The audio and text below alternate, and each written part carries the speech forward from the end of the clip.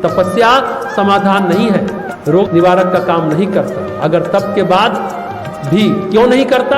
आपने बहुत सारी तपस्या की, 9 दिनों तक तपस्या की, साधना की, बहुत नियम संयम से रहे, साधना आपने की, लेकिन अगर अंदर आसक्तियां बनी है, इच्छाएं बनी हुई है, कामनाएं, लालसाएं, वासनाएं बनी हुई हैं, तो फिर आपके रोग का निवारण कहाँ हुआ? हाँ, दर्द निवारण हुआ, एक कर्म की परत टूट गई, लेकिन आसक्तियां है तो फिर नई परत चढ़ जाएगी, एक और लेप आप चढ़ा लेंगे।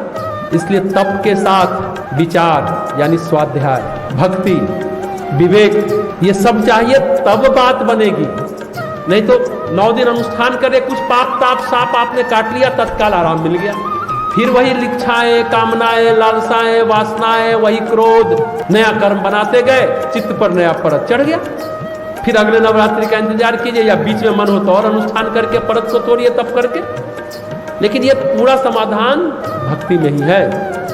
अब गौतम ऋषि पत्नी को जो चाहिए वो मिला। अब तक कुछ है, गौतम ऋषि से भी कोई परहेज उनको नहीं है।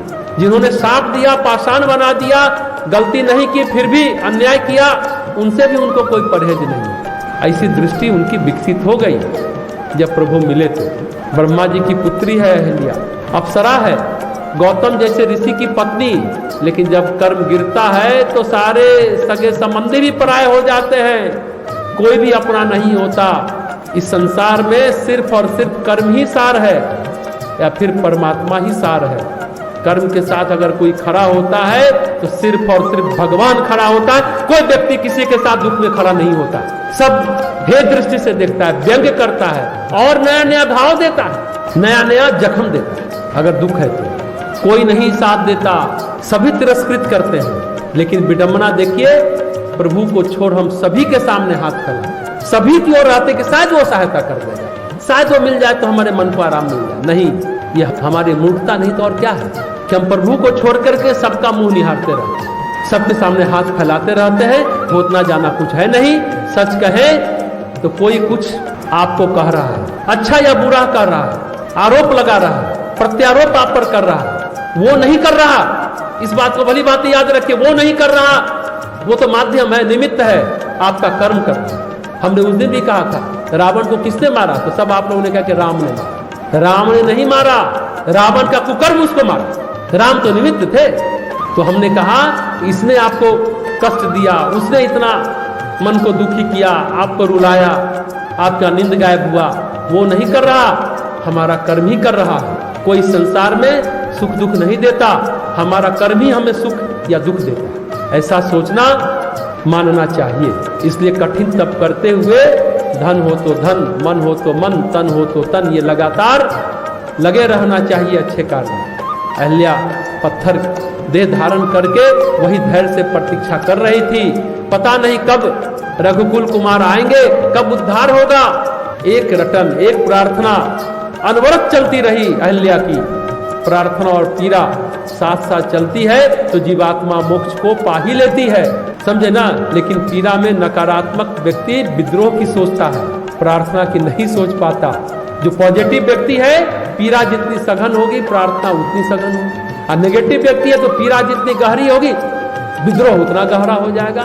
पीड़ा से प्रार्थना, ये दुर्लभ घटना है अहिल्या की तरह। पीड़ा से प्रार्थना, अगर अहिल्या की कथा को देखें तो सिर्फ और सिर्फ यही 2 शब्दों में सारी बातें समाप्त हो जाती हैं।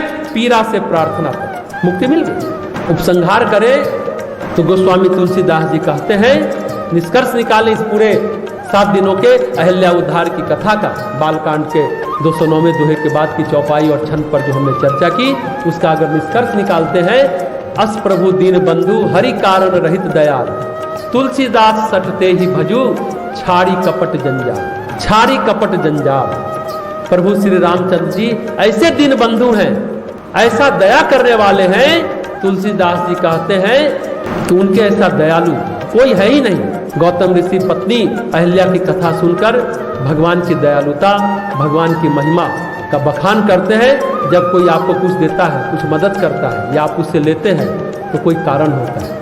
सच बात है, बिना कारण कोई दया नहीं करता। बहुत बिरले लोग होते हैं दुनिया में जो बिना कारण मदद करते हैं, बदले में अपमान भी सहते हैं फिर भी मदद करते हैं। बहुत बिरले दुनिया में लोग होते हैं। लेकिन दुनिया ऐसी है, जब आपको कोई कुछ देता है तो कुछ मदद करता है तो उसके पीछे कुछ ना कुछ कारण होता है। आप लेते भी हैं तो कोई कारण होता है। बिना कारण के यहाँ कोई कुछ नहीं लेन देन होता, बिना कारण के कोई सहायता नहीं करता। ऐसी सहायता कि आपका इतना विकट भोग, इतना पाप, इतना कष्ट, जन्म जन्मांतर तक का संताप कोई काट दे, ये सबसे बड़ी दया है। ये बड़ा मुश्किल होता है, ये सिर्फ और सिर्फ भगवान की कृपा से होता है। ऐसी कृपा केवल परमात्मा ही करते हैं। बिना कारण तो परमात्मा ही कर सकते हैं कृपा, सहायता कर सकते हैं, इंसान तो नहीं करता। कुछ ना कुछ कारण होता है, समझे ना, ये बड़ी बात। तो जिस तरह से गौतम ऋषि की पत्नी अहिल्या का भगवान श्री राम ने उद्धार किया, लोक निंदित, लोक संसार से अपमानित, तिरस्कृत, जिसे कोई नहीं अपना रहा था, जिसे सबने त्याग दिया, त्याज माना, भगवान ने उसे अपनाया। अभिशापों से, कर्म जंजाल से मुक्त किया।